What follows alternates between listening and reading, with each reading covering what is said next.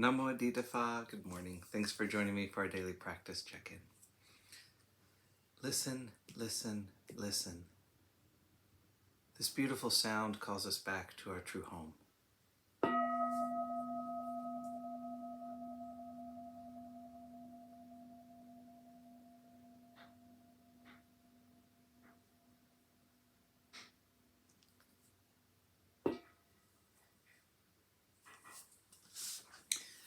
The first mindfulness training. Aware of the suffering caused by the destruction of life, I vow to cultivate compassion and learn ways to protect the lives of people, animals, plants, and minerals. I am determined not to kill, not to let others kill, and not to condone any act of killing in the world, in my thinking, or in my way of life.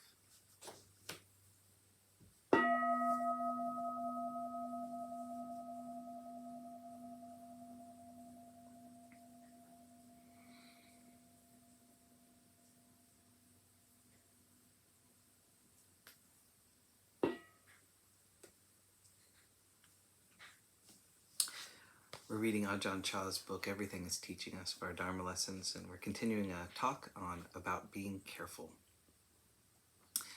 Like these bodies of ours, earth, water, fire, and wind, where is the person? There isn't any person. These few different things are put together and it's called a person. That's a falsehood. It's not real. It's only real in the way of convention. When the time comes, the elements return to their old state. We've only come to stay with them for a while, so we have to let them return. The part that is earth, send back to the earth. The part that is water, send back to be water. The part that is fire, send back to be fire. The part that is wind, send back to be wind. Or will you try to go with them and keep something?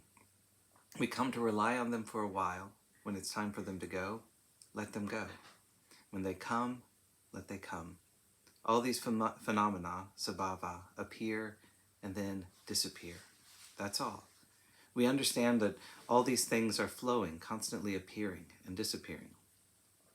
Making offerings, listening to teachings, practicing meditation, whatever we do should be done for the purpose of developing wisdom.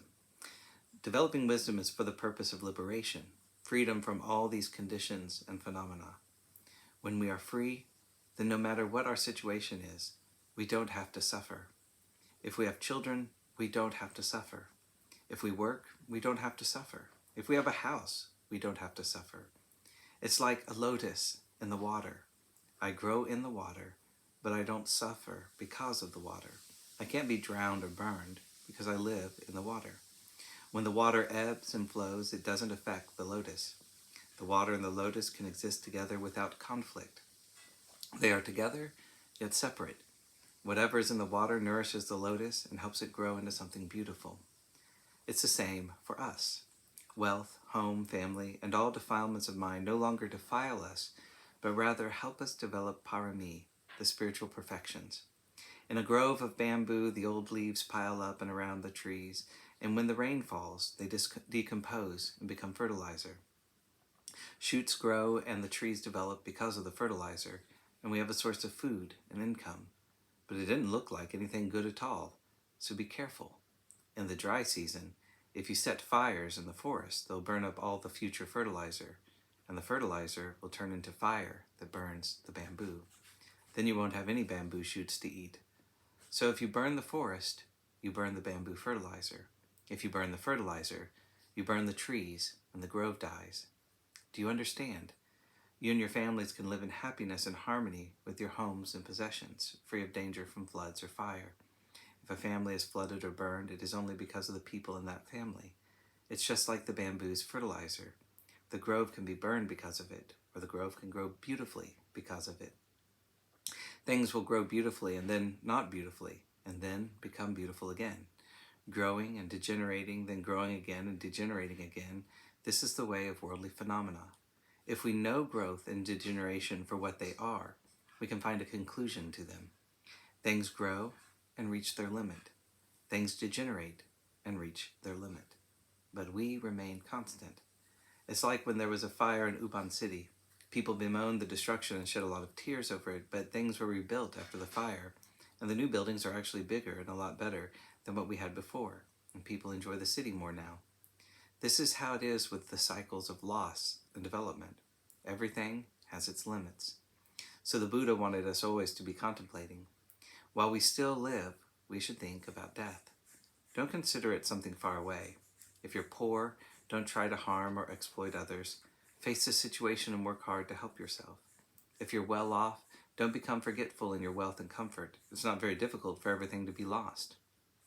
A rich person can become a pauper in a couple of days. A pauper can become a rich person. It's all owing to the fact that these conditions are impermanent and unstable. Thus the Buddha said, Pamado makuna padam. Heedlessness is the way to death. The heedless are like the dead. Don't be heedless. All beings and all sankhara are unstable and impermanent. Don't form any attachment to them. Happy or sad, progressing or falling apart, in the end, it all comes to the same place. Please understand this.